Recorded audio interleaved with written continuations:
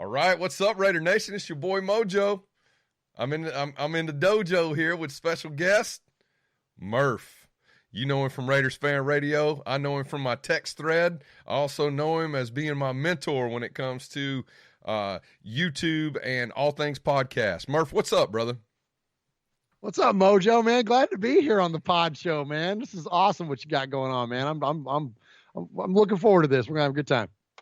You damn right we will. And I'll tell you, man, we wouldn't even be having this conversation on camera if it wasn't for you, man. If my kids wouldn't introduce me to you and your podcast, I would never even dream of doing something like this. So thanks to you, my man.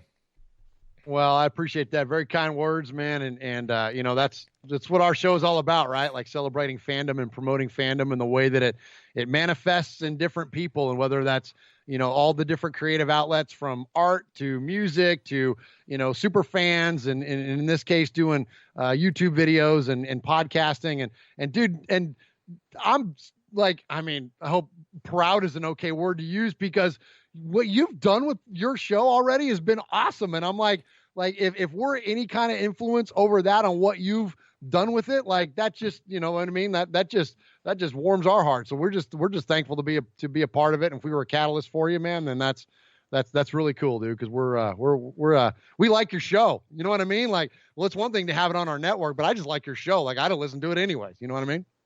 Oh man, I appreciate that. But I will tell you that my show hasn't been very professional up to this point.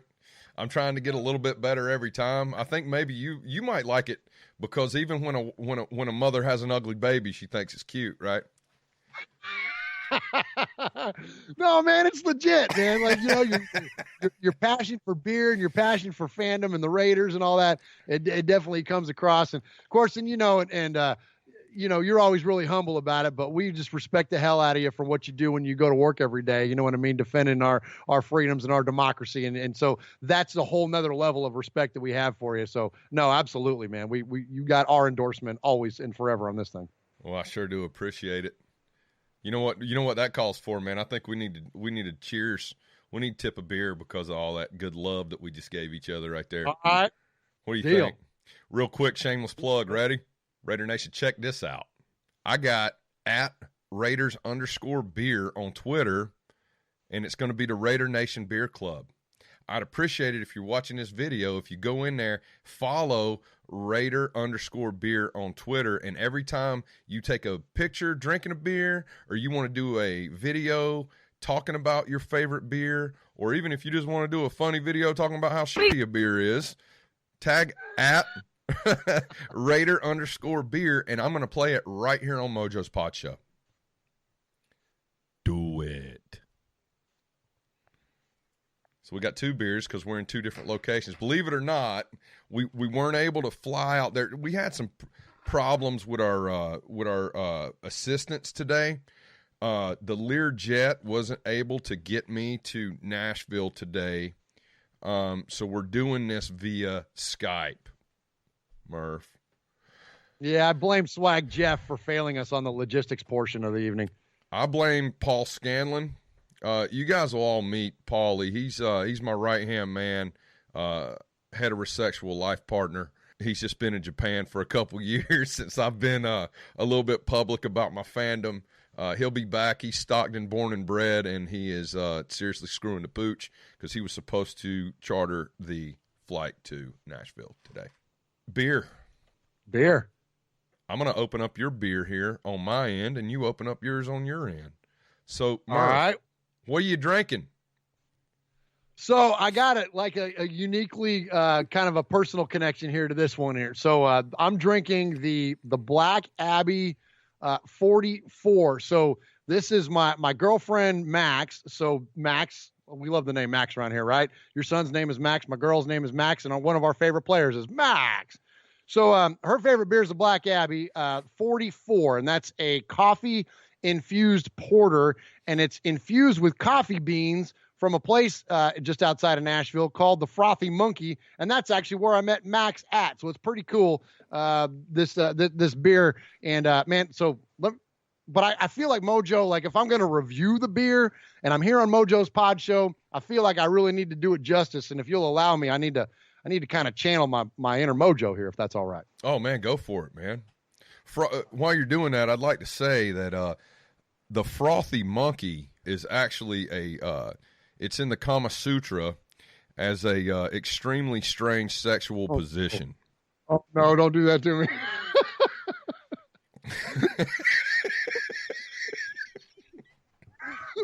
Let's just go with the beer and the coffee. Okay.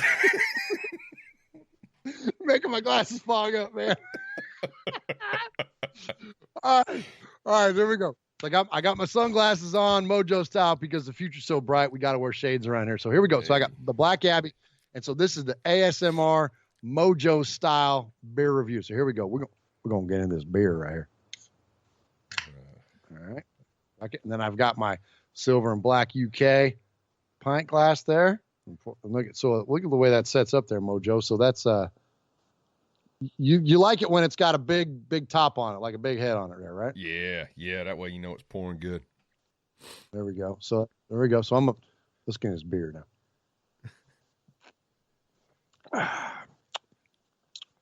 You know, I got some toffee. I got some coffee. It's a substantial beer. It's dark.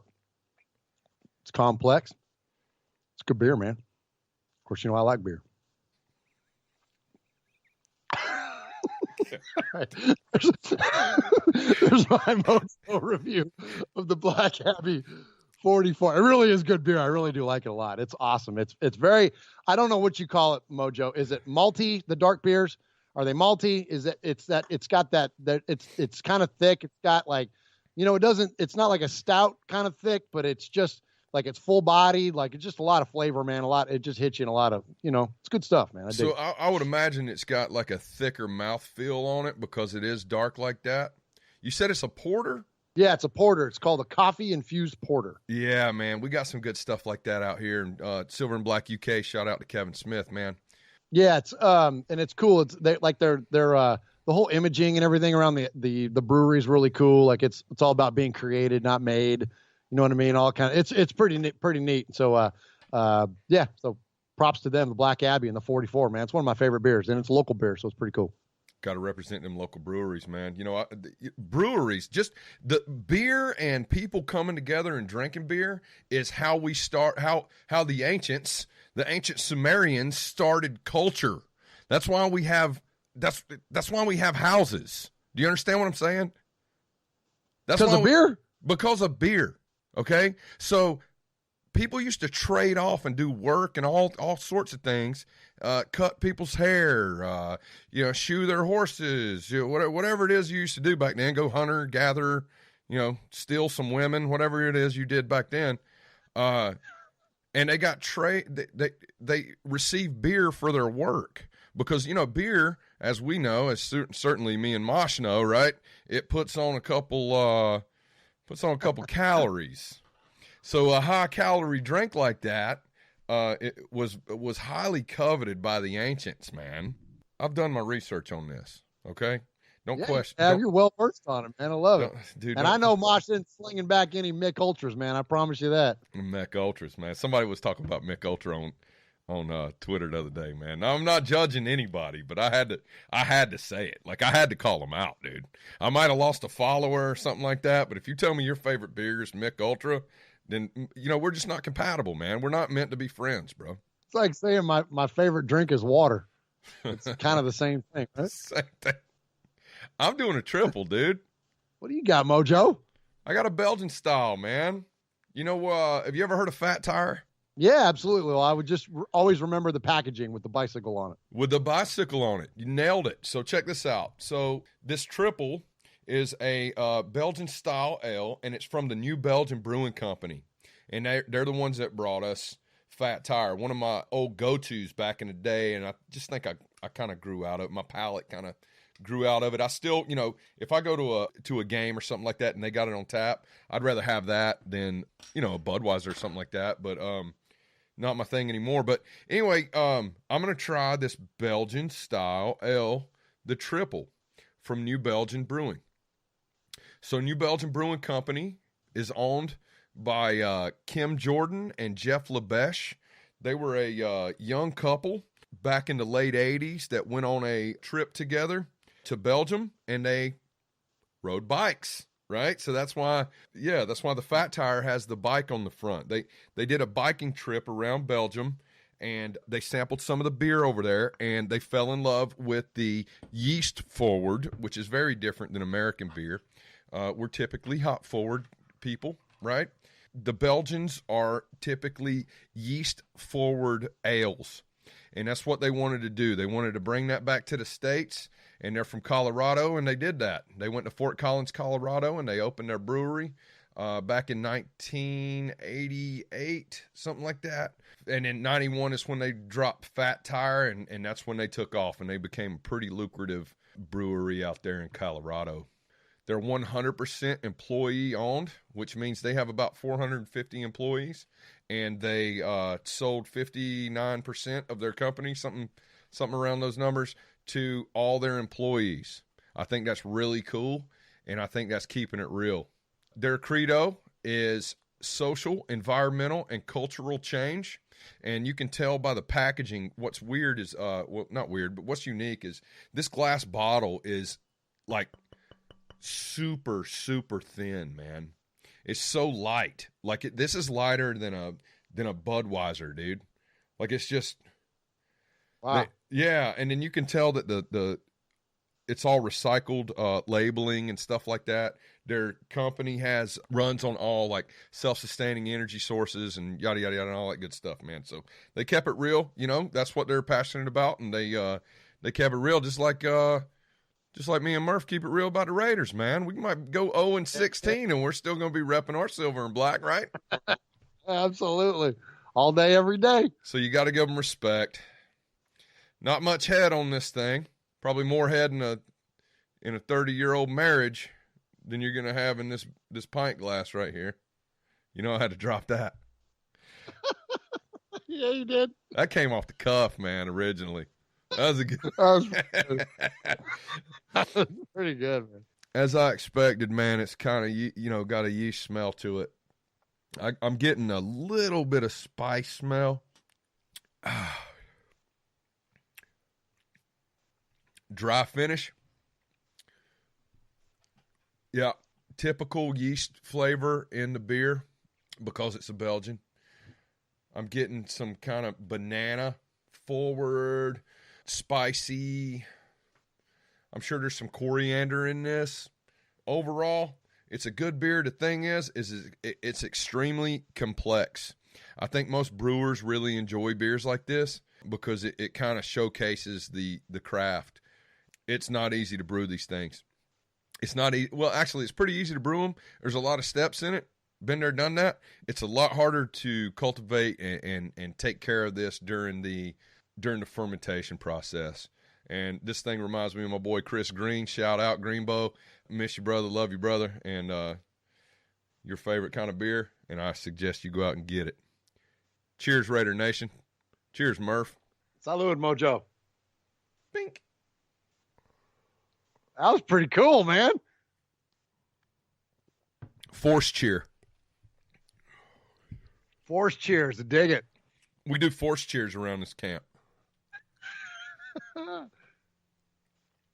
44 from Black Abbey.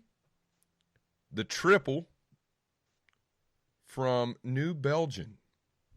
Not bad. And I do want to give a shout out to my boy Josh from Keg and Bottle, who texted me on Friday night and told me to get my fat ass over to Keg and Bottle and pick up this triple. He's always giving me the insight and the good info. And my man, I appreciate you, and I can't wait to have you on the show. So, hey, Murph, so Josh, my beer guy. Yeah. So, obviously, I live down here in Sandog, right? Yeah. Josh, my beer guy, is he's a Dischargers fan, dude. He's stuck with them through thick and thin. He watches the show every week because he's a beer connoisseur, right? But he wants to come on the show. I invited him, but he wants to wear his Chargers beanie. Oof. Thoughts? Well, like we've said on Raiders Fan Radio, we have a really cool chat room and a lot of folks that join us live on our show every week. And we've had some competitive teams fans in there, and we tell them, man, we'll take all comers. Just keep it respectful, just keep it nice, and as long as you're willing to play nice, we'll we welcome all around here. So I would say if your guy wants to come on and represent his team, that's fine. But as soon as he starts, if he's going to talk, so a little bit of smack is fine. Just keep it nice. Don't start taking runs at some of our favorites or anything like that, because then you cross the line. But if he's a good guy and like, all right, hey, Swag Jeff, one of my co-hosts on Raiders Fan Radio, started off as a Titans fan. You converted him because we converted him. We let him into the family, brought him around, talked to him about the Raiders. He was around all this Raiders stuff all the time, and eventually found his way to the light. So maybe you could provide the same platform for your beer guy. I'm sure I'll be able to sneak in some snide comments about how they left him high and dry, and they turned their back on San Diego. The real shitty thing about the Chargers going up north. This is not a Chargers podcast. You can tell by looking at our hats and all the shit behind us. But I will say, living here in SoCal, man, it sucked to see it happen, because I like going to the Raiders game once a year over in Qualcomm. Now it's SDCCU Stadium. But you know what, man, it was a dirty deal. So they put it up for a vote, this hotelier tax. They were going to tax the hoteliers in order to fund the new stadium for the Chargers, which would have been off the chain if you think about it. If they would have put it down on the Coronado Bay down there, you would have seen, bro, it would have been like Monday, Sunday night games in the dark, and you would see people coming from like, Catalina and all the rich places in their yachts and parking them right next, like it is in Jacksonville when you see those good scenes and stuff like that. Man, it would have been incredible. Bottom line is that the current administration here just did not want it to happen. So they put it up to a vote, and they only let people that lived in San Diego city limits vote on this.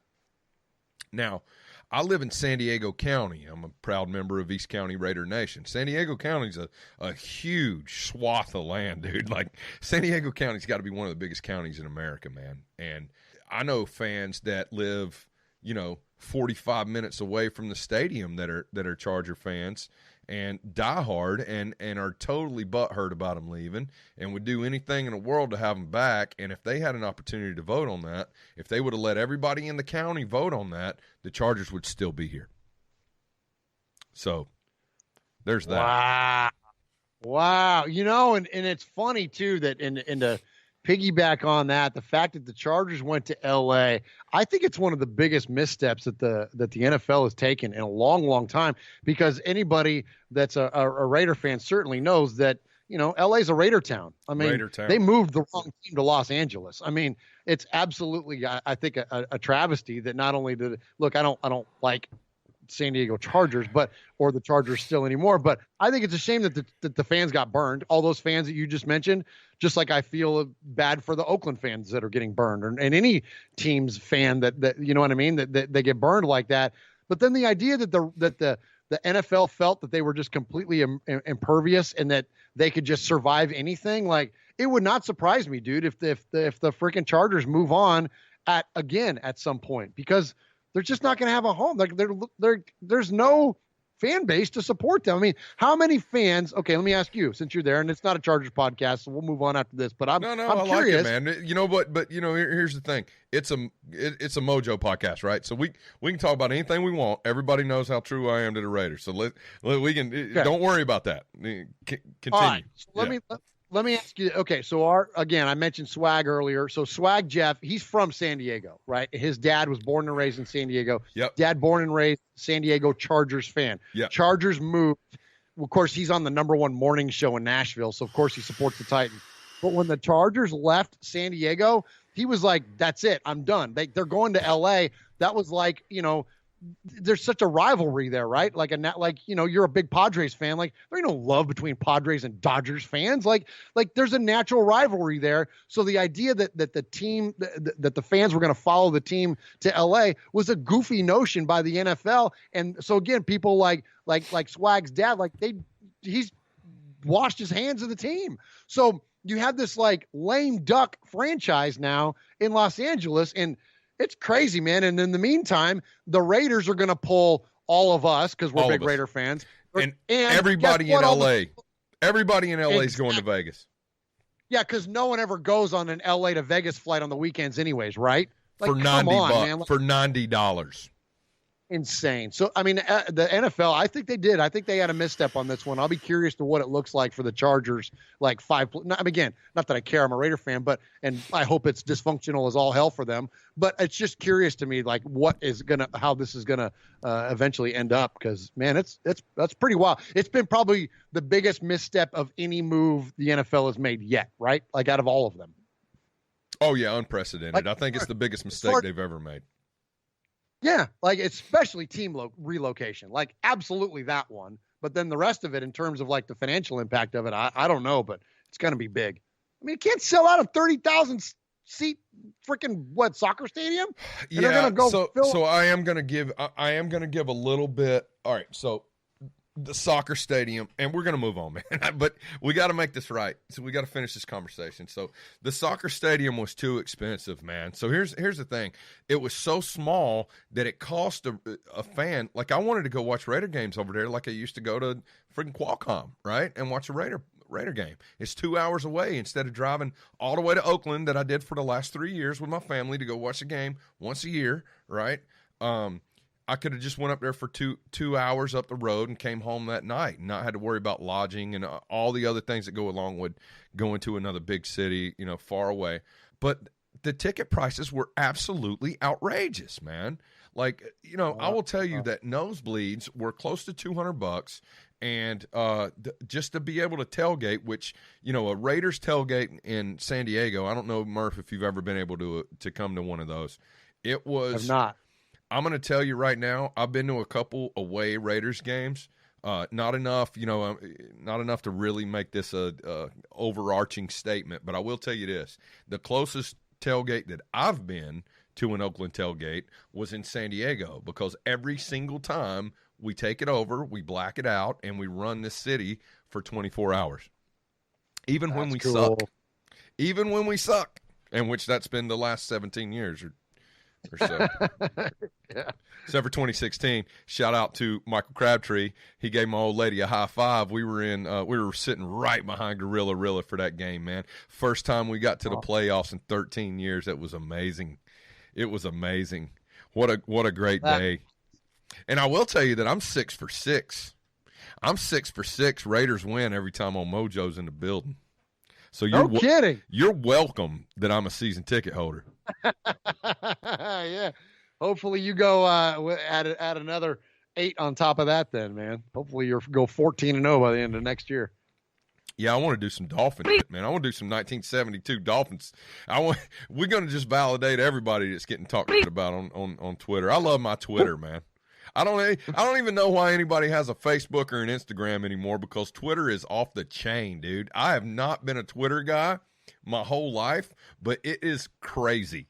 Twitter will infuriate you and put you in tears laughing in the same scroll. In 30 seconds. It's the best. Yes. Yeah. What's good, Raider Nation? It's your boy, Just Flynn Johnny from One Nation Fanware, and you're watching the Mojo Pod Show. Boom, boom, boom, boom. It's the Mojo Pod Show. Bow, now, now. Go Raiders. Raider Nation, thanks for putting up with me and Murf talking about Chargers football here on the Mojo's Pod Show. Yeah, we love us some bolts or dolts. Man, have you ever seen that video, dude? Have you ever seen the video of the guy? Anytime my Charger friends talk to me, man, the first thing I do is send them the video. So there was this guy that made this video called Save Our Bolts on the Reel. You seen this? No. Brother. Sounds terrible. Do yourself a favor. Do yourself a favor and check it out on YouTube. There's this dude who is all chargered out right before they were leaving, and he's on like the pier in Coronado by the bay and stuff, and he has this fake rap that he does, and it is sad and ridiculous. And I love second of it. And hey, I know he's a Padres fan because I've seen him at the stadium before. No disrespect, my man. I love your passion, because anybody who's passionate about their football team is a kindred spirit. Obviously, I got a freaking pod show about it, so I don't hate you for it, man. But dude,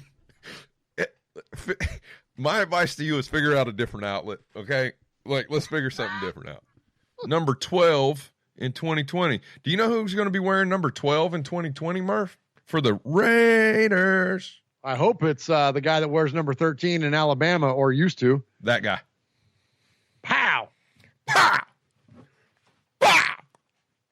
My boy. All right, I'm going to say his last name correctly because I studied it. I studied it for hours last night. Are you ready? Yes. Bring it. Tua Tango Valoa. Tua Tango Valoa. He is a junior quarterback out of the Alabama Crimson Tide. He is 6'1". He is 218 pounds. He's thrown 87 touchdowns and 11 interceptions in his 3-year career, and he has been called college football's version of LeBron. Can't stress that enough. College football's version of LeBron. We'll hope it's not because of his hairline. LeBron James. 30 wins, 2 losses, college career. Murph, what say you about Mr. Tua Tango Valoa? Well, you taught me something there on the pronunciation of it, because, I live down here in the South and outside of Nashville, and there's a bunch of Alabama fans running around here, and they all call him Tua Tagovailoa. Well, you guys, everybody that sees me and doesn't live here at the house, and you guys think I'm just some kind of, idiot redneck, but I do my due diligence when I'm putting my show together. I'm going to listen right here. Here we go. I'm going to play this for you right now. Okay. I'm sure there's a way for me to give credit to whoever. Hey, youtube.com/the lady that says this. Tagovailoa. Tagovailoa. Tagovailoa. Tagovailoa. You thought I was kidding. You thought I was clowning you. That's legit, dude. I like it. Did my work, bro. I learned from the best. I got a good mentor, bro. Tagovailoa. Tagovailoa. All right. Tagovailoa. All right. So thoughts on Tua? We'll just go with Tua because I know I get Tua. that right. It's just Tua, dude. Just Tua. All right. So first off, about Tua. So he wears number 13. Hopefully, he wears number 12 when he gets drafted by the Raiders at 12. Wouldn't that be something? That was his high school number. I'm a sucker for. That's right. Yes. I'm a sucker for Alabama quarterbacks that throw left-handed that win national championships and are ballers. You know what I mean? My all-time favorite quarterback is Kenny Stabler, and ball thrown so much. You know what I mean? I'd like to see another one come up from Alabama and do the same thing for the Raiders. So I'm all in on Tua in terms of the fan service portion of what he may be and what he represents, just because it was, so successful for us and really mythical for us, frankly, at this point of what Stabler did coming out of Alabama. So I'm rooting for that portion of it. Now, in terms of his on the field and his ability, there's a few different things that he does that really sets him apart as a rare talent, and quickness is one of them. So his two kinds of quickness, really. It's his quickness and his ability to read the field.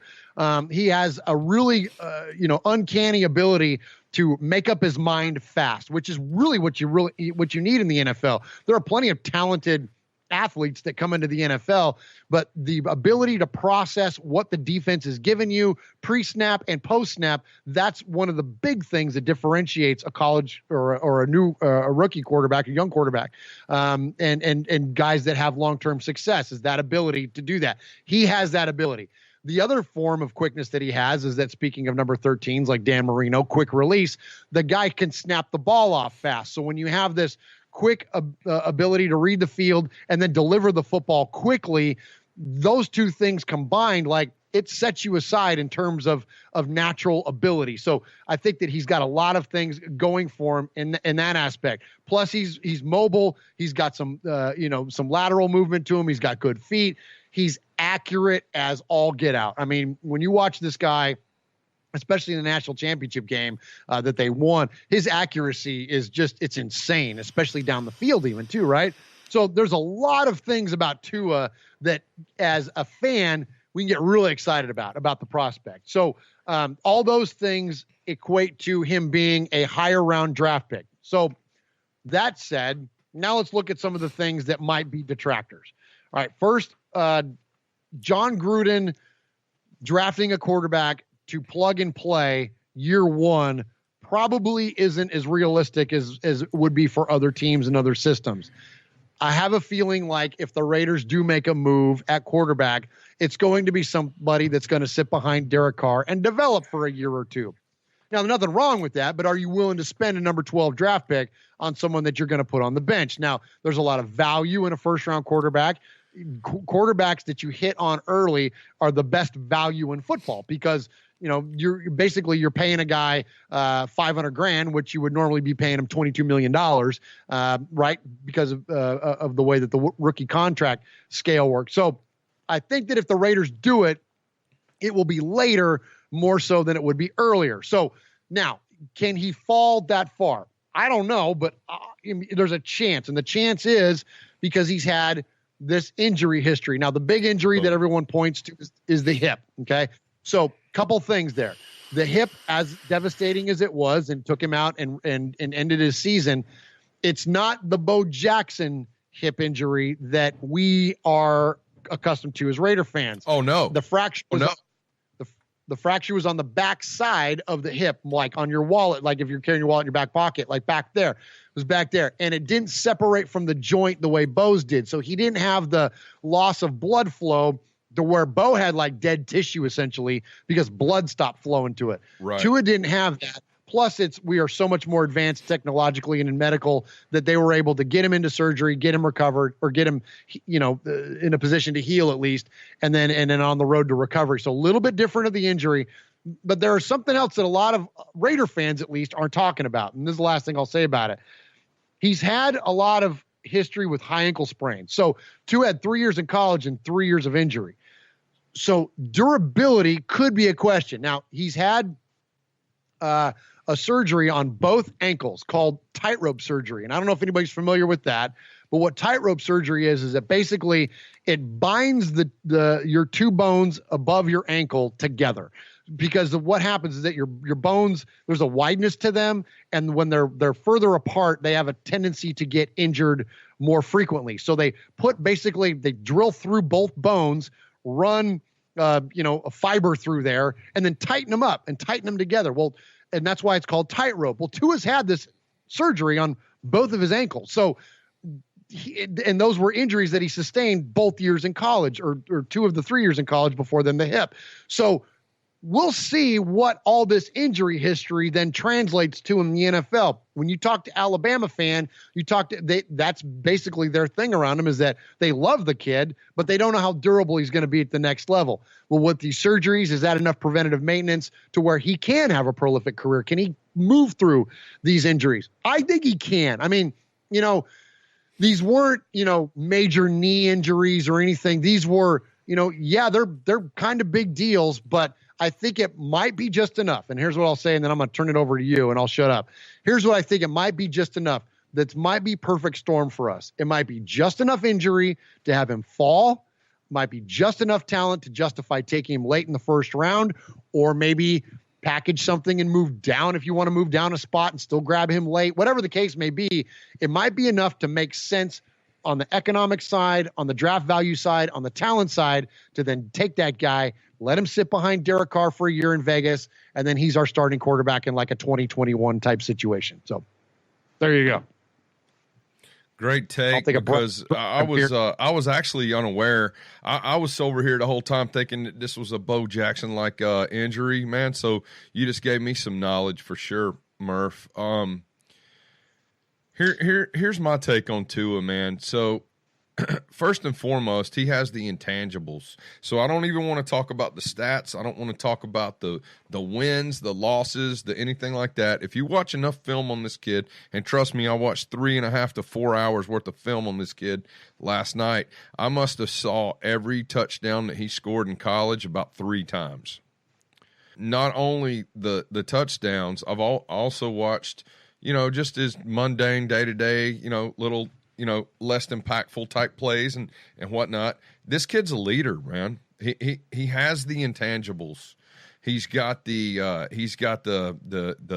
mental capacity for it. He's got the heart for it, and he's got the unteachables for it, right? Not that it really matters or that it counts, but dude, I played around with one of these websites, these little mock draft websites or whatever, and I took over as the Oakland. I was Mike Mayock a couple times, right? So I did it about I did it about 8 times, right? And 50% of the time, and it's because of the injury detractor, he fell to number 12. Now, in all 4 of those times in the 50-50 split there, Henry Ruggs III, his go-to, him and Jerry Jeudy are his safety nets. Henry Ruggs III was available at number 19. I feel like, and I agree with you that maybe he wouldn't start year 1, and that's good. That's a luxury, right? You give him some time to learn behind DC. I'm not a DC basher per se, but I'm not a DC apologist anymore. Proof's in the pudding. If he was one of my sailors, you know what would happen to DC? I'd have him working in the freaking tool room. That's what would be happening with DC. I wouldn't let him turn wrenches on my helicopters anymore. I'll tell you that right now, because he's proven that he can't handle it in the big spot, right? Now, here's the deal with here's what I will say about Tua. 50-50. 50-50, round 1, early pick, number 5, I think, is the earliest that somebody would take this kid, right? That's the Dolphins, or the Dolphins at 4? Oh gosh, I don't remember. I thought he was even 6, no. But it's right. Yeah, so it goes obviously 1, 2 is Chase and Burrow, and then number 3 is the Lions, right? They don't need a QB. Weirder things have happened, but they don't need him. Number 4 is the Giants. And then I want to say number 5 is Miami, which is probably the first team that has a legitimate. You're right.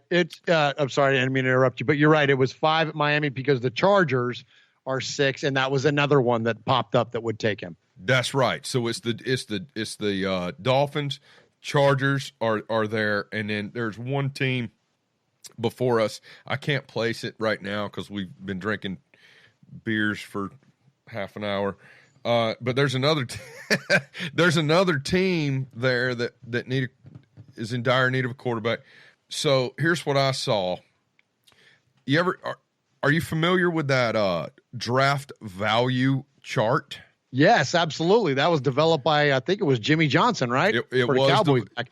Yes. It was developed by Jimmy Johnson, and they update it every year based on salaries and who's in the draft and what the needs are to top 10 and this and that and all that good stuff, right? So here's the deal. At 12 and 19, in order for Mayock to move up to spot 3, 4, or 5, or wherever it might be, make no bones about it. It's going to take both first round draft picks. Now, whether that be both first round draft picks this year, or maybe the one that we have next year, or a shit ton of lower round picks in the next couple years, this is going to be an extremely high price to pay to move up to draft somebody in the top 4 or 5. Is Tua the guy? Here's what I'll tell you. I've done my research. I've watched him play. I'm not convinced that he is that once in a lifetime can't miss guy. I'm not going to sit here and say that. If he's there at 12, we'd be retired to draft him. That's what I'll say. That's Mojo's take. trading 2 first-round picks after what Mike Mayock could do with freaking 4th, 5th, and 6th-round picks? Nah, man, because, you know, when you look at that draft value scale and you put it against all the other GMs in the league and then you lay it next to Mike Mayock, every one of those picks that Mike Mayock is associated with is worth more than everybody else. So I'll tell you right now that a 3rd-round pick for Mike Mayock, in my opinion, my humble opinion, Raider Homer opinion, is that Mike Mayock's 3rd-round pick is as good as any NFL team's 1st-round pick. At me. I would only love to see Tua come to us if he's going to sit behind Carr for a year. And I would love to see Tua come to us if we get the fastest kid in the draft, the guy that Al Davis would draft, the guy that I guarantee you that Miss Amy Trask would agree with me. What's up, Amy? I know you be tweeting at me. You've been trading paint with old Amy on Twitter, haven't you? I've been tweeting with Amy, man. Mad respect, Amy Trask. I'm honored that you even know who the hell Mojo is. But I will say Henry Ruggs III, his go-to guy. I mentioned it before. You get both those kids in here from a winning program in the SEC, playing for a NFL-style coach, possibly the greatest college coach of all time. You bring him in, and I'm going to tell you right now, you see that kid right there, right above me right there? Mr. Tua Tagovailoa. John Gruden would fall in love with that young man. And that's all I got to say about that. Sorry to break up your Black Panther party. Well, hey, and what is Ruggs, right? Ruggs, fastest kid in the draft. I was gonna say he does, and like he's got like goofy speed. Like we could see like 4.2 something out of him, right, at the combine. Like he's an Al Davis absolute best dream ever, right?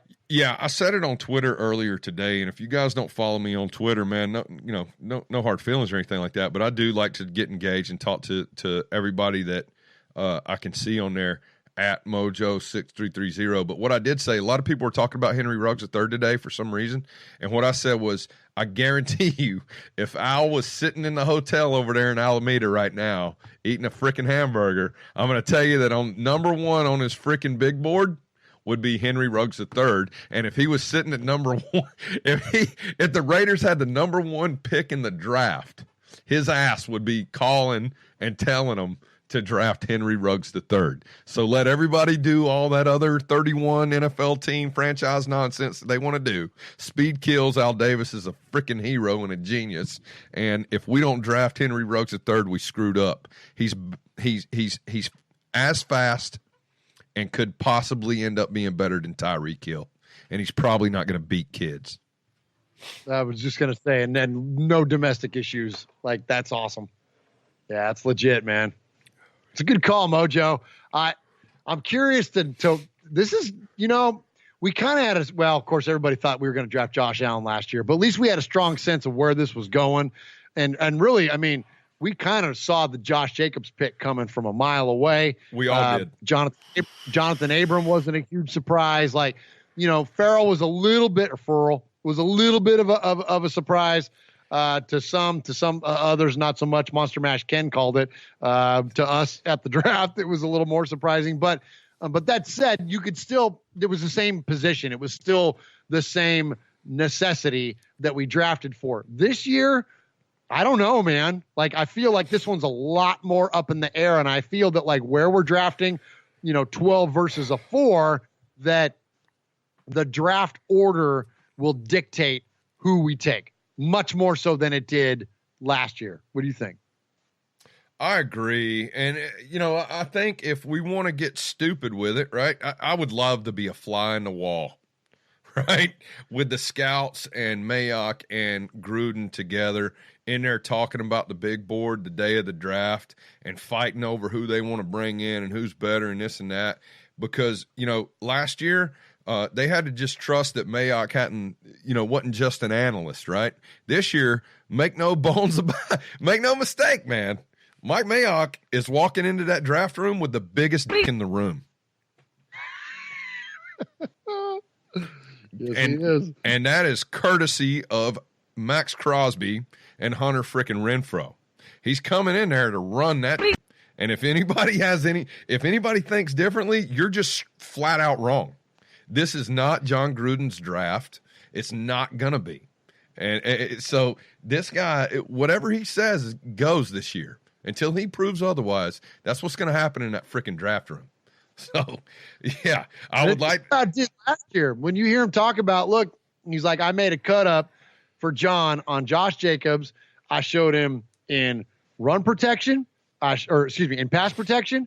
I showed him in his pass catching ability, and then I showed him his ability to run the football. And he said, and his ability to run the football was the third thing that I showed him. First and foremost, it was pass protection, and then an ability to catch the ball. And he's like, and basically that 3-play cut up from the national championship game is what sold John Gruden to support Mike Mayock for that draft pick. So, like you said, he hit it out of the park. Now, we have only got a 1-game reference point for Jonathan Abram, but he hit that one out of the park.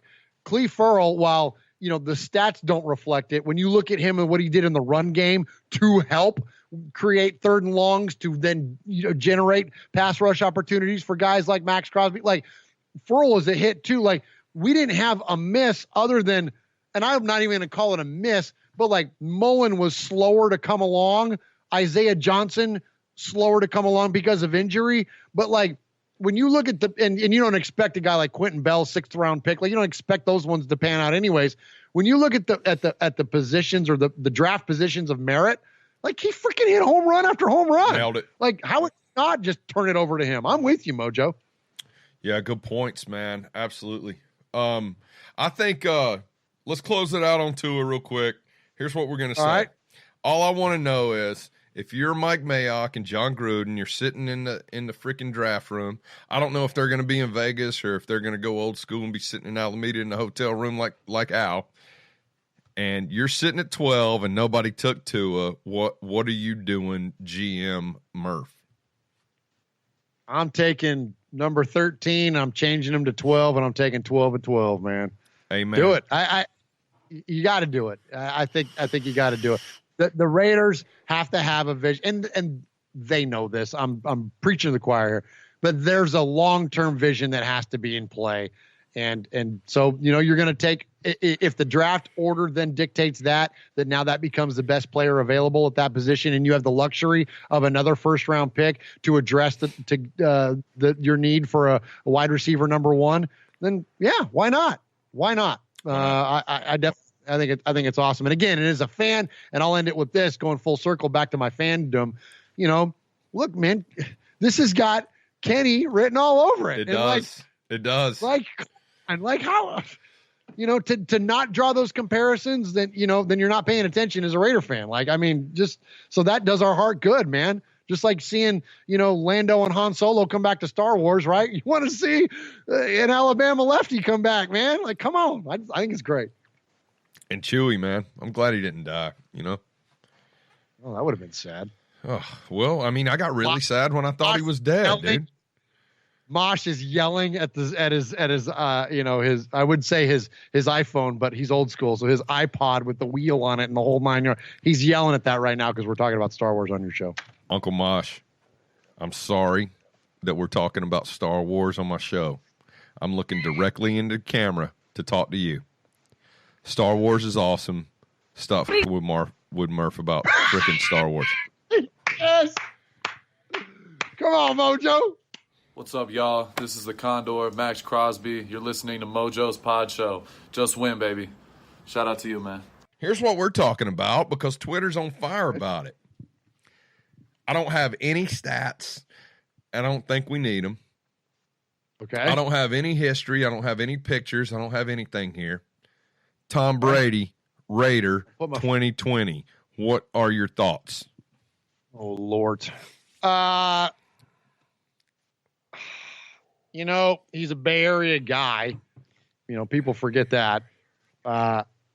So there's a little bit of connectivity there in that, it's not even poetic. It's poetic, but it's not good poetry. No, it's not. For him to come to the Raiders.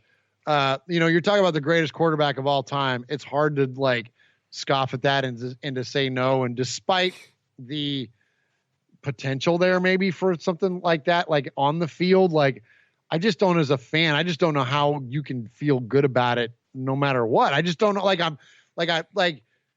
would try to rack my brain for a way to like feel good about it. And I just don't know of one. I mean, and I said he was a Bay Area guy, but I'm pretty sure he was a Niner fan growing up, just like Aaron Rodgers was. So it's not even like they were Raider fans or he was a Raider fan growing up. So, man, even like really, I think of it. Here we go. I'll say it like this. It was like when Kevin Durant came to the Warriors. Okay. So I'm a Warrior fan. All right.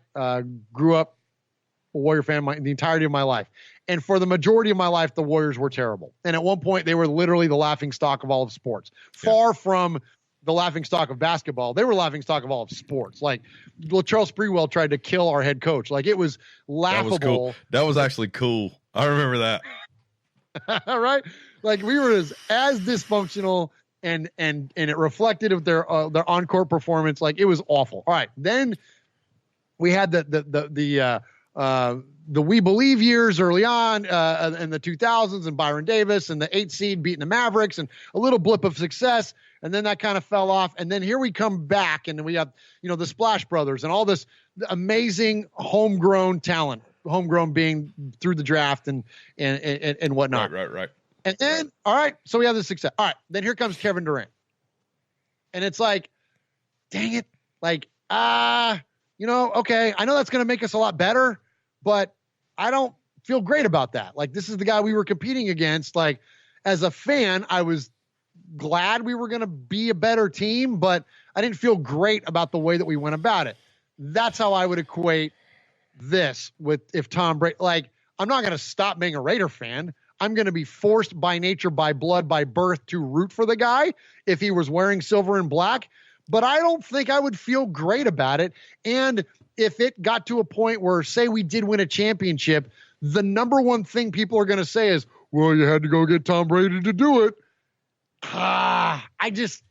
Mojo, I don't know, man. I mean, of course I'd be happy. I'd be over the moon if the Raiders had found success bringing him in and did well. But it would be tainted. My fandom would have an asterisk on it for that.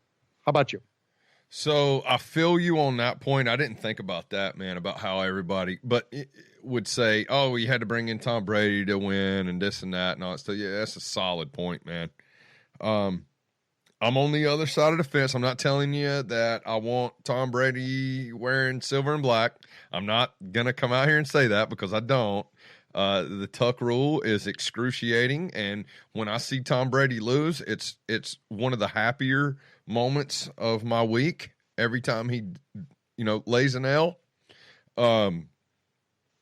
because of the tuck honestly, and because he beat my hometown team in the Super Bowl too. He beat the Panthers in the Super Bowl in 2003.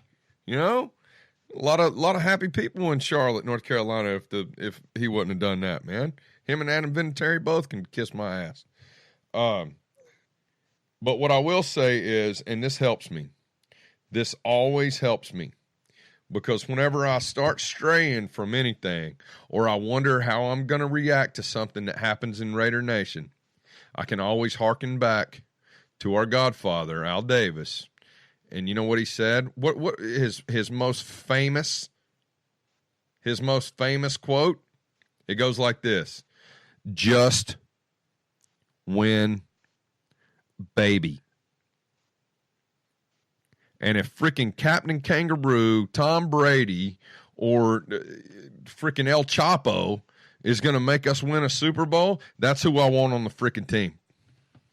That's where I'm at with the Brady thing. It's a great point, man, and you're right. That's the way I would look at it. It's all about the results. It's not about any fandom. And look at the players he brought in. Jerry Rice, Bill Romanowski was a Niner and a Bronco. Like, you look at Ronnie Lott, and you look at, the list is endless.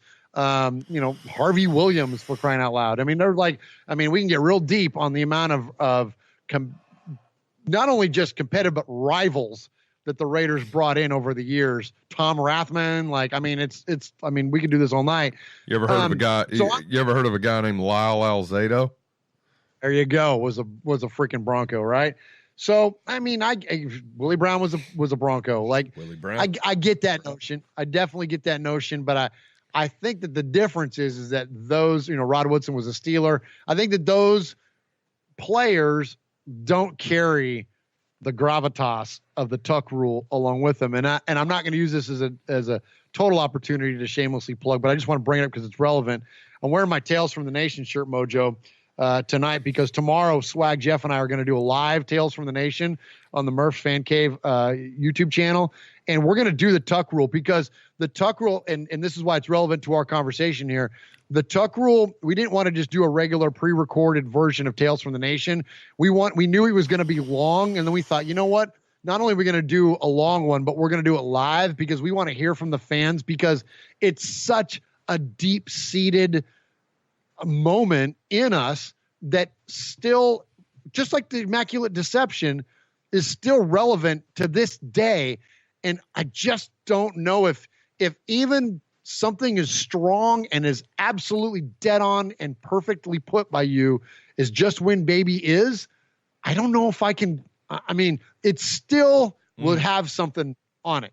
I just don't think I could fully get all the way by. And and I'm a Brady apologist. I'm the guy that goes on my freaking show and goes, hey, don't hate on him because he's the greatest of all time. Let's go out and beat his ass. Like, you know what I mean? Like, I'm not the guy that's like, in the Super Bowl, if they're playing the Niners, I would be like, oh, I hope he loses. No, I hope he freaking wins. Like, I hope he beats the Chiefs. I hope he beats our rivals. Like, I want him to beat the Broncos. You know what I mean? Like, there's been plenty of times where I've been like, look, if the Chiefs are playing the Patriots in the AFC Championship game and you're rooting for the Chiefs, you're doing it wrong. Like, so I've apologized numerous times for Brady. But that said, I don't know if I want to see him in effing silver and black, man. I don't think I could go through with that, man. I don't know. That might be the ultimate like test of one's resolve as a fan, that because again, every point you made about it, extremely valid, like absolutely dead on. So it could be just one of those things where you're just going to get, well, I don't know, another division in fandom. Go figure, right? Like we hadn't seen those. Oh man. Yeah. I was talking about how much I love Twitter, man. Right? Talk about division and fandoms, man. We got the Kardashians and the what was the other ones? Kardashians and Karbashians. I heard Kardashians and there was one that really got me. Oh, and the carburetors, like berate. Oh, nice. That's pretty good, right? The carburetors. The carburetors. I like it. The berators, right? All right. So, hey, man, I love throwing curveballs at you like that. And I think it was relevant because Raider Nation has been sending me tweets and Facebook messages and text messages and talking about Tom Brady ever since his press conference on, was it Saturday or on Sunday when they play? Whenever they lost. Saturday. Titans beat him. Yeah, Titans beat him, man. Mike Vrabel, that was too bad. And I think this is the content that they want to see. So, I was reaching for Jameis Winston. What I wanted to do initially was Sam Ehlinger and Jameis Winston. We did our research on it. The reason I switched it up was because of recent events and basically social media. So you guys get involved, man. Text me, call me, leave a voicemail, send a message, tweet at me, tweet at Raider underscore beer, tweet it at Mojo6330, twit at RFR, whatever, man. We're gonna see it, man. You want to talk about it? Then talk about it, because let me tell you something real quick, man. Murf show and my show, it has little to do with us. It has little to do with the Raiders. It has everything to do about Raider Nation, fandom, and giving you an outlet to come on here and say whatever the hell you want to say, because we appreciate everybody's opinion, and 9 times out of 10, your angle is going to sway mine. I want to hear from you. Make sure you guys call 619-736-5813 every week or whenever you get the inkling. Leave me a message, and let's talk about all things Raiders. Let's talk about all things beer. Let's talk about all things, possums and raccoons, for all I give a shit about. Just call me. Possums and raccoons, Murf. This is riveting. This is riveting. You went all East Tennessee and West Carolina on me right there, man. Riveting content. So you know what time it is, Murf? Is it time for some voicemails? It's time for some voicemails. And come on with it. While we were recording, I got a 17-second voicemail from the Capo. Oh, nice. Would you like to hear it? I'd love to hear it. Here it go. They're in the Q-Dog ready to call the Mojo Pod Show. Wishing the best for tonight's broadcast to you and your highly honored guest host this evening, Murf of Raiders Fan Radio. And all I got to ask is, when are we going to get the malt liquor reviews? Rue. Oh, I can't hear it. You have to tell me what he said. So he actually gave us a lot of props, and he wanted to know when I was going to give some malt liquor reviews. You know what, dude? Hey, so maybe I'll buy a bottle of King Cobra next week or some St. Ides, and I'll give you. I might give you a little bit of malt liquor review there. In the spirit of Lando Calrissian and Billy D. Williams, if you decide to do that, let me know, and I'll go half a 90 and do Colt 45. Works every time. 45 works every time. All right, we gonna thanks Q. I'll see you in a minute, man. So just so you know, I'm shooting another segment after me and Murf are done with Q and Trucker for next week's episode. Yeah, it's really hard for me to get Trucker scheduled, man, because old Trucker, man, he's working nights, man. He's always hustling. We're gonna spend a lot of time in Vegas together, man, and Trucker's my brother. So it's all about when I can get him on here, and when I can, I take full advantage of it. And after this episode just happens to be that time. Let's hit up our first ever number one triple OG, Mr. DG, triple OG DG. What you got to say, big dog? Hey, what up, Mojo? Hey, this is DG, the original triple OG. I just wanted to hit up on a free agent that's out there. You want to talk about a number one receiver. How about AJ Green? I'm pretty sure he wants nothing to do with the Bengals, especially after this last season. Obviously, there was very minimal playing time in 2019, so he'll be ready to roll in 2020 with some miles still left in the tank there. So AJ Green, I think he's one that someone should probably target. And with the Antonio Brown thing that went down, AJ Green's a guy that doesn't need to be on the front page of the papers. So put some thought into him, spend a little money, get that number one receiver. Thanks. Love the show. Okay, Murph, so what DG was talking about was bringing AJ in for free agency. I'm going to go ahead and give my thoughts on it real quick, man, and I'm going to turn it over to you. So, AJ Green's 32 years old right now. He might be 31, but he's really close to being 32. Not saying that he's lost a step or anything like that, but he did spend the entire season of 2019 sitting on the bench for whatever reason. Maybe it was a legitimate injury, or maybe they realized as a Bengals organization that the last thing they needed to do is get their most valuable player caught up and hurt. They've seen it happen, especially when they employed the services of Mr. Vontaze Burfict, one of my favorite Raiders right now, because the quarterback must go down, and he must go down hard, and he must go down early. Al Davis. Okay, so AJ Green. Here's what I want to put into perspective. Julio Jones is same draft class. He is making like 20 to 21 million next year. I think his contract's worth about $100 million. And he's proven he's done it for years. Another thing that I would like to bring up before I give my final take is the fact that he didn't play a single game this year. However, he stayed on staff for the Bengals through the trade deadline, right? So best time to offload this guy to get the most bang for your buck before he became a free agent, where you're going to have to restructure and give him a brand new contract, was before free agency in 2019.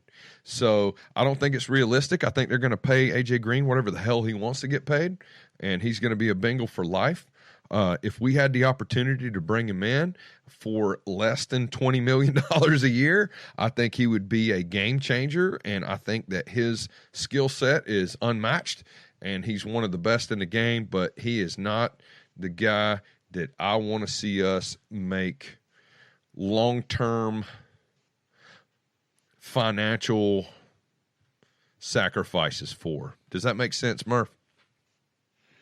Absolutely. Those are great points. And you know, if we look at what, okay, Go ahead. we look at what we were willing to do with, we look at what we were willing to do with Antonio Brown and bringing him in at the age that he was, it's not dissimilar to what AJ Green is. When we look at AJ Green, the guy had 6,000-yard seasons out of 7 years, and the only year that he missed in 2016, he only missed it by 36 yards. So he's a pretty prolific receiver, and the guy had Andy Dalton as a quarterback for the majority of that time. So I think when you pair him with somebody as amazing as not even amazing, I shouldn't use that word, somebody is as productive or potentially as Derek Carr, then I think that we could see a lot of amazing numbers then out of AJ Green, and I think he still fits the mold. He still fits the number one wide receiver mold. Now, will he command those kind of dollars that you're talking about? I don't know, because when you look at the injury history of him recently, he only played 9 games in 2018 and then sat out the entirety of the 2019 season. So that injury history might lead to at least a little bit of a lapse in what he would normally command on the open market. So trusting that might be the case. Is it worth it to give him, some? You're not going to give him what you gave Antonio Brown, but would they at least consider paying high value for somebody at that spot? Yeah, maybe considering his age and someone that can come in and again be the number one wideout for the Las Vegas Raiders for 2 or 3 years. Yeah, I think the Antonio Brown thing, we learn from mistakes, right? Like when you're a little kid and you touch the flame on the candle, man, you don't ever do it again, So I'm not saying that their characters are anything close to one another or anything like that. I don't think that AJ Green has proved that he's, let's call it what it is, man, a complete insane maniac like Antonio Brown. But I think that it does make a multi-million-dollar business, which the Raiders are. It makes them a little bit concerned and a little bit sheepish about making a decision to bring in a free agent, especially if we're going to pay him a lot of money. Thank God we ducked that, man. we didn't take the L there and had to pay this guy all this money, man. But fool me once kind of thing. You know what I mean, Murph? Yeah, well, that's where I'm hoping that, he's a good character guy, so I think we're good on that front. At least he hasn't shown any signs of being crazy yet. And you're right, Antonio Brown is next. We thought he was nuts when he was with us. Now he's gone 3 levels up, kind of crazy. Did you see his video yet? Did you see his whole lot of money video yet, bro? Oh, I haven't watched that. I saw he released it and I saw he promoted it, but I hadn't watched it yet. Do yourself a favor. Do yourself a favor, okay? Okay. And as soon as this pod show is over and you got some free time on your hands, what I suggest you do is go make dinner, put on a good show on television. Hell, maybe even log into your Disney Plus account and watch a freaking Star Wars episode and then go to sleep. And in between all that time, don't watch Antonio Brown's stupid ass freaking rap video where he sucks. please, Antonio Brown, I'm looking you in the eyes right now. Block me on Twitter at Mojo6330. Do me a favor. It's all I want, man. It's all I want for Christmas and New Year's and birthday combined. Okay? Like, take care of me, man. Like, just do that for me, for freaking God's sake. Onward. We got a little bit off topic there. Hey, DG, thanks for calling the show, my dog. We're getting ready to listen to what Hardcore's got to say. Oh boy, my boy Hardcore Raider, who actually had me and Murf on with Violator and Watts the other day, and it was we were also on there with your boy Q from Locked On Raiders. Let's get into Hardcore. Onward. Yo, Mojo, this Hardcore Raider coming at you, man. Just, first of all, I want to thank you for coming on the Hardcore Raider Nation podcast on YouTube. It was a delight to have you on, dude. You know, we had you, Murf, Q from Locked On, Violator, me, Watts. So, you know, that was just an awesome time. It'd be great to have you on down the road again. But, you know, something I was thinking about, dude, you said you had season tickets, you know, and I know you're going to be going. I'm curious if you're going to every game or if you know yet if you're going to every game. And then, you know, if you're going to consider selling any of your seats and whatnot, you know, and then, you know, like, let us know where your seats are at, too, you know, because, like, even if, you know, maybe we could figure out a way where some of us can get seats around where you're at and we can all, like, link up and, like, be close together. You know, I thought that'd be cool, even if it's, like, a couple rows over, man, give some high fives to Mojo and, you know, just some of the, you know, hardcore Raider fans that, you know, we all stick together and all that. So, you know, looking forward to the off season and, you know, what changes are going to happen. And, you know, it's an exciting time to be a Raiders fan, dude. So just want to say much love, much respect. Keep doing what you do. And, you know, future's bright. Love you, bro. Hardcore Raider out. Hardcore, man, thanks for calling the show, brother, and thanks for the opportunity that you've given me. I'll tell you, man, I've done Hardcore show like 3 or 4 times on a Saturday, and I've gotten, you know, 4 or 5 freaking followers, subscribers to my YouTube channel every single time I've done it. Thanks for giving me and Murf the opportunity and the platform. We really enjoyed our time. I know I speak for Murf, and I'll let him address that in a second. The only reason I'm talking over him right now is because he can't hear the audio of the voicemail because it's on my desktop, right? So to your question, man, I am in section 409. I'm a nosebleed guy, dude. I couldn't afford anything better than that because I have 3 kids and I'm on an active duty paycheck. But I'm up in 409. We actually started a Facebook page for other people that are in Section 409 that can link up, and we're going to plan on hanging out and doing some tailgates together and stuff like that. And if you would like to ever, you know, come and be a part of what we got going up at 409, let me know. You guys can shoot me an email or tweet at me or Facebook me or leave a voicemail here on the show or whatever you got to do to reach out to me.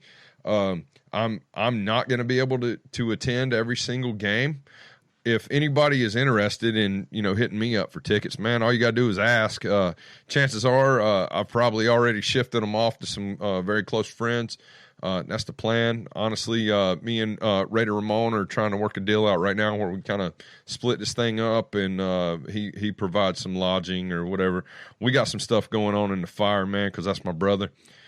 But there's always an opportunity that there's going to be a game open, and if you're a Raiders fan and you listen to the show, and especially you're a content creator, man, I'm more than happy to face value any game that I'm not going to, man. I'm not trying to make any money off of this thing. I got my tickets so that I can choose whatever the hell game I want to go to for the first time in 40 years. I can do what I want to do when it comes to attending a football game. And, you know, it's only 4.5 hours away from San Diego. So, you know, it could be a quick drive or it could be a weekend affair.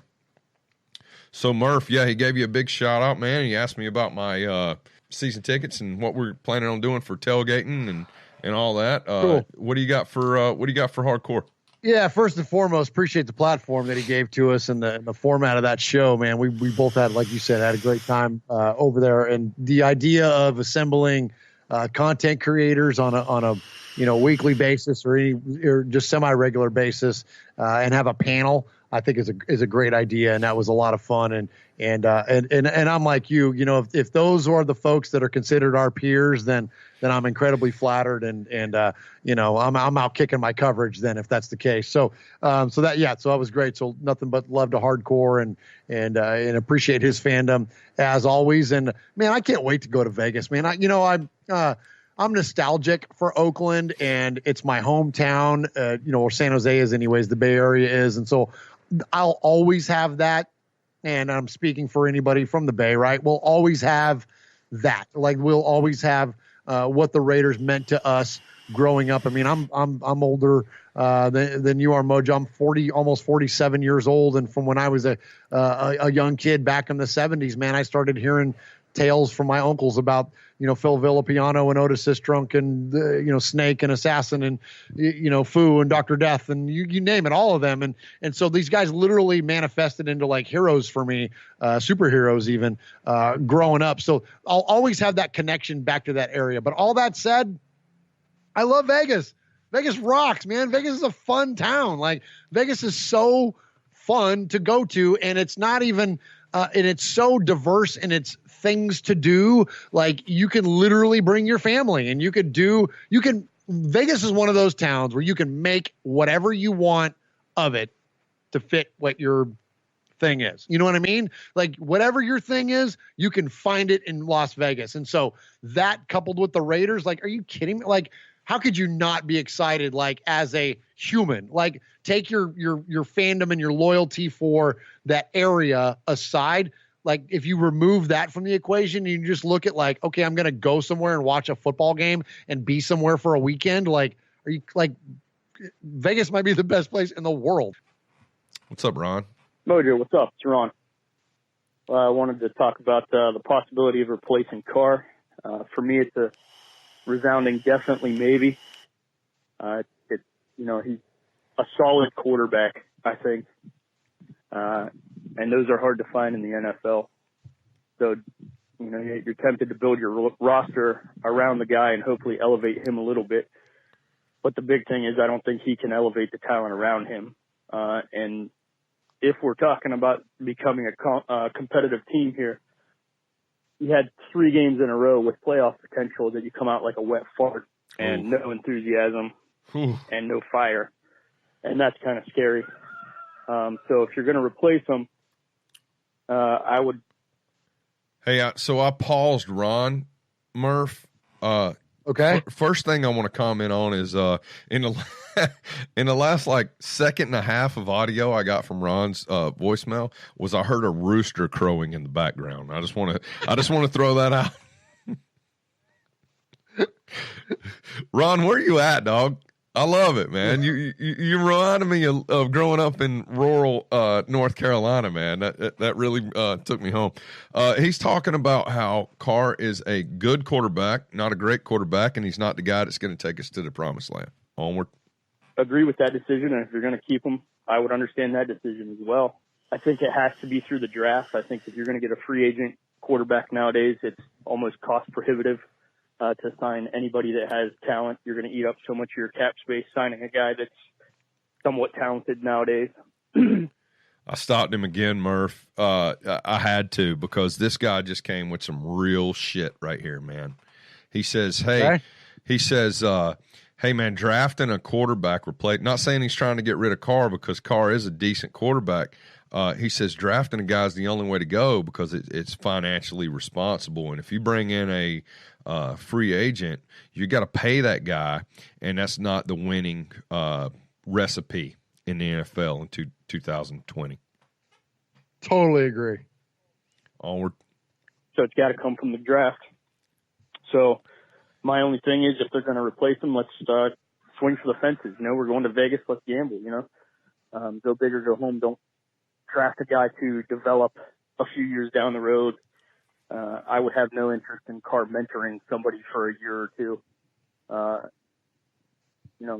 Hot take. Replacement behind him, that doesn't appeal to me at all, because you're a dead man walking at that point, and he's already come out lackluster in a few games. So what's that going to do to your mentality?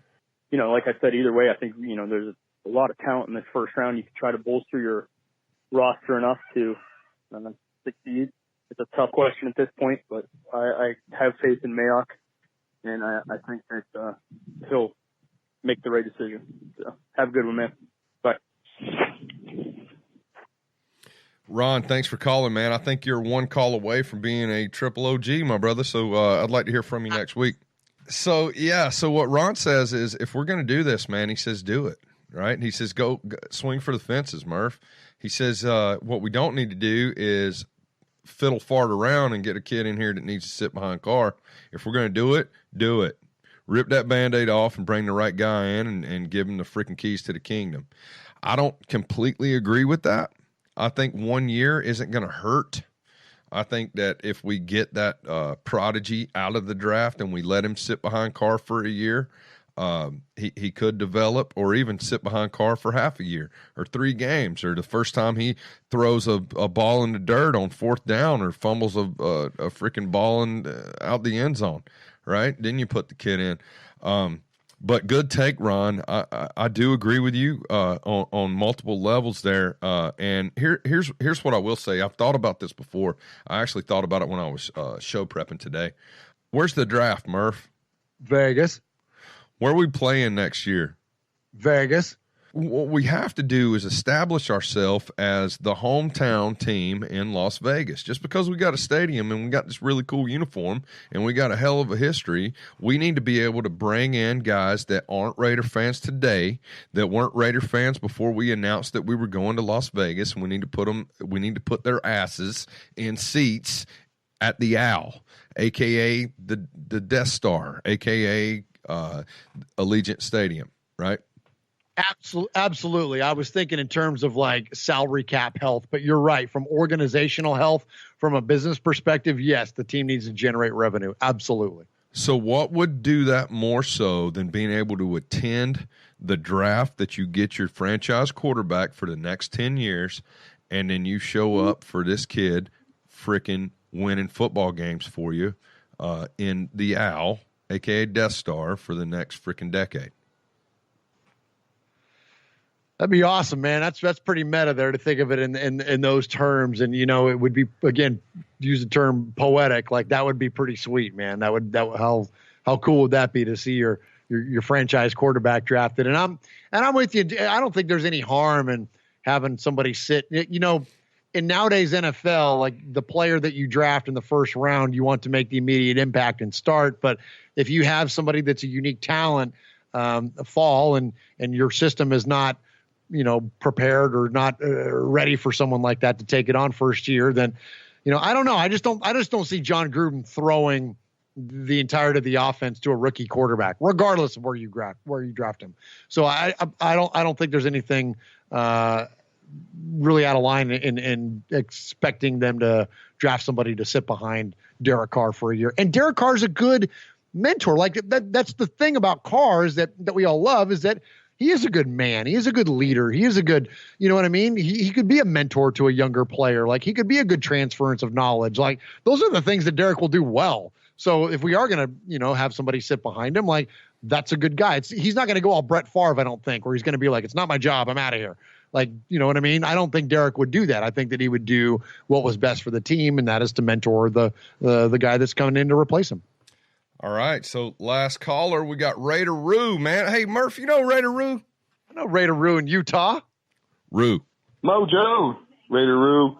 So my thoughts on drafting Tua. If he's there and they take him, I think it makes complete sense, and I don't blame them at all. They would have a chance to let him sit and learn and completely heal up if need be.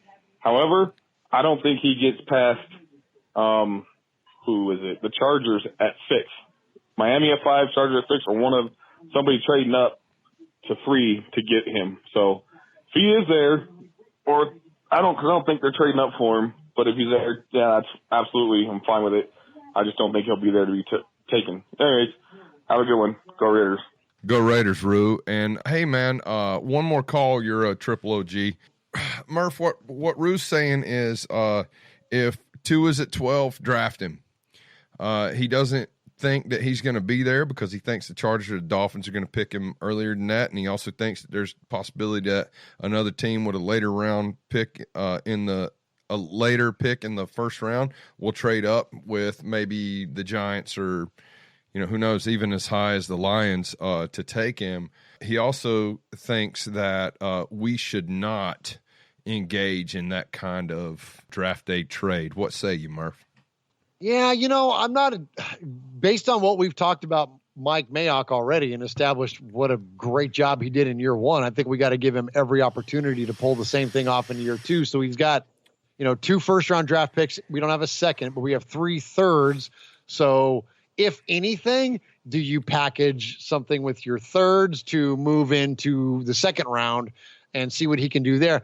I mean, that's a thought, but really he did better in the third than he did the second, if you think of it in those terms, or even the fourth, right? So I think we got to give him as many opportunities to draft, and I'm less inclined to embrace the idea of packaging to move up. You know what I mean? Like, let's give him more swings at it, I think is ultimately where I lay on this. I like that, and I'm 50-50 on it, man. I see both sides of it. So, we got to trust Mayock, and we got to respect his body of work up to this point. And you're right. He's made some freaking diamonds in the rough. We talked about it earlier in the later rounds.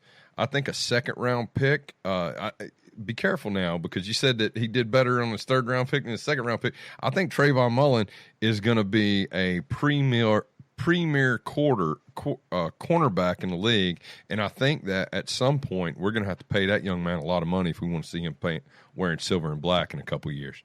I think his ceiling is not even close to being reached at this point.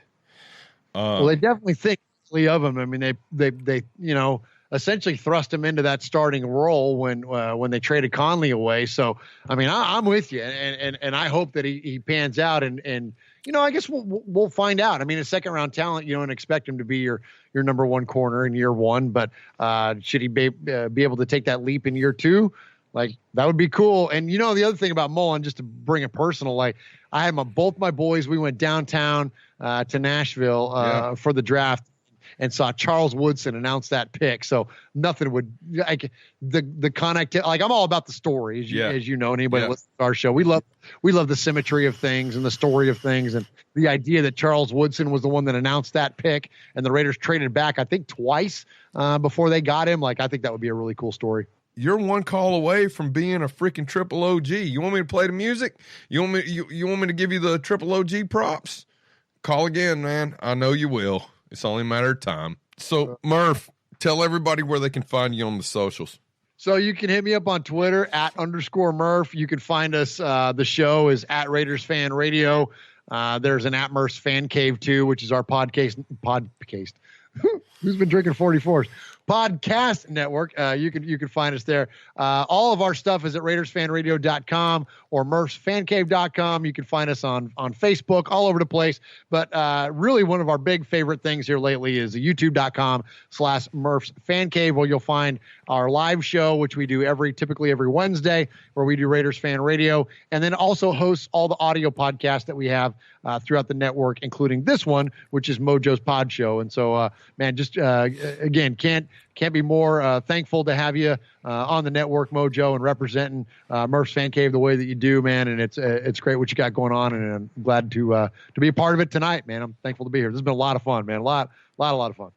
I do want to throw it out there, man. 619-736-5813. Guys, call me before Tuesday evening every week. Call me on Saturday or Sunday or whatever, man, and leave a message. Give me a hot take, man. Let me know what you're thinking for free agency. Let me know what you're thinking for the draft. There's nothing that's too crazy. This is Raider Nation, guys. We talk crazy shit all day like it's our job, okay? So hit me up. What I would appreciate as much as that is feedback. Watch this video and comment on it. Share it. Do whatever you're going to do, but most importantly, tell me how I can make it better. I'd appreciate that, because here's the deal. This video is for you. This video isn't for me. This video isn't for YouTube. It's not for clicks. It's not for selling anything, as you can see. It has nothing to do with any of that. This video and this content is for you, Raider Nation. This is for you, beer connoisseurs. This is for you, my family and friends who might not give a shit about beer or Raiders. This is for my audience, and I want to grow it because I want to bring everybody together. Tell me how to make it better. Follow me on Twitter at Mojo6330. Make sure that you tag all your beer posts, beer pics, beer videos in at Raider_beer on Twitter. Shout out to Murf's Fan Cave, giving me an opportunity to put this stuff in your ear holes on your way to work, or when you're taking a Big Lebowski style shower, like bathtub dip, maybe smoking one of them big old fat J's, you know, laying back there, man, and somebody comes in there and throws a marmot in the water. Just however you listen to your damn podcast. There's a beverage here, man. Nice marmot. However you listening to your podcast, boys and girls, Murf provides me with the opportunity to give it to you. X gonna give it to you. He gonna give it to you. Shout out to East County Raider Nation over at Main Tap Tavern. Go in there and make sure you guys see our picture on the wall. The season's over, but the playoffs aren't. Come over there and eat some food, man. It's got great food, and there's some great beer, and the bartenders are absolutely a cut above anybody else you're going to find in San Diego County. Shout out to Wayne, man. Shout out to the Violator.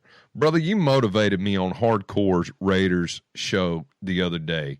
Shout out to Hardcore Raider for giving us the opportunity to come on that show, especially me. You know, I had no business being there, man. I was amongst some giants, and I appreciate the opportunity, brother. Shout out to Josh at Keg and Bottle. Shout out to Just Win Johnny at OneNationFanwear.com, who hooks me up with all my graphics. Make sure you guys check him out and buy some of that nice-ass swag he's got. Look at that, what he made for Murf, man. Look at Murf's freaking microphone thing right there and his shirt. That's all Just Win Johnny. Right there behind him with the logo, that's all Just Win Johnny.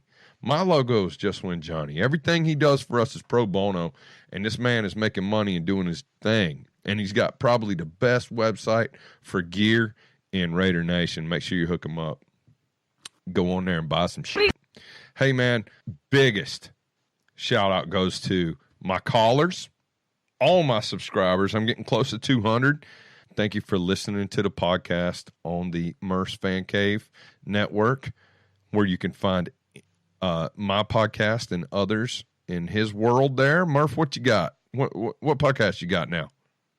Yeah, so our flagship show is Raiders Fan Radio, as always, and then your show, the audio version of Mojo's Pod Show, and Tales from the Nation. That is the one where we're going to go over the history of the Raiders and significant moments within Raiders history and talk about those, and we're going to kick that up big time now that we're into the Raiders off season. And I just now got a text from Chuck Splatterhead McCann and the guys at the Fan Club Blitz, and we got the last episode that we're going to host of the Fan Club Blitz probably on the Murf's Fan Cave Network, and those guys have been great to us and provided a lot of fantastic material and shows over the past year or so, and so I'm going to have that fresh to upload tonight as well. So good stuff, man. As always, Raider Nation, just win, baby. Murf, thanks for being here. Absolutely. Thank you again, Mojo, for having me, man. Good stuff. Mojo out.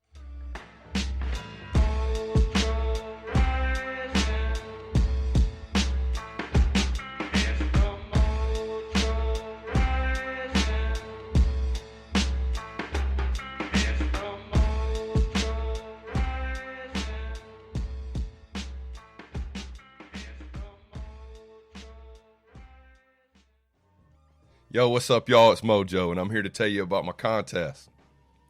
So bottom line, I need some help. I'm looking to get 1,000 subscribers because that's my goal. Everybody's got goals, and I need you to help me achieve that goal. Before I tell you how, I'm going to tell you what's in it for you. This Derek Carr autograph helmet or this Jonathan Abram autograph jersey. Both of these things come with a certificate of authenticity. They were both signed at training camp in 2019, and one of them could be yours. I'll ship it to you as soon as you win it. You get to choose. Once I reach 1,000 subscribers, you get to choose which one of these you want if you're the winner, and I'll send it to you. It's that simple. Now, that's what's in it for you. But here's what I need. If you don't subscribe to my channel, I need you to go ahead and do so. I need you to hit that little icon right there, okay, and become a subscriber. That's how easy it is. That's all you got to do. You just click that thing. If you're already a subscriber, do me a solid, share this video. Get it out there on them socials, man, Twitter, Facebook, Insta, wherever you can put it, man. I appreciate it. Quicker we get to 1,000, the quicker I'm going to send the winner one of these badass items. Hey, until next time, Raider Nation, man, I appreciate y'all. Mojo out.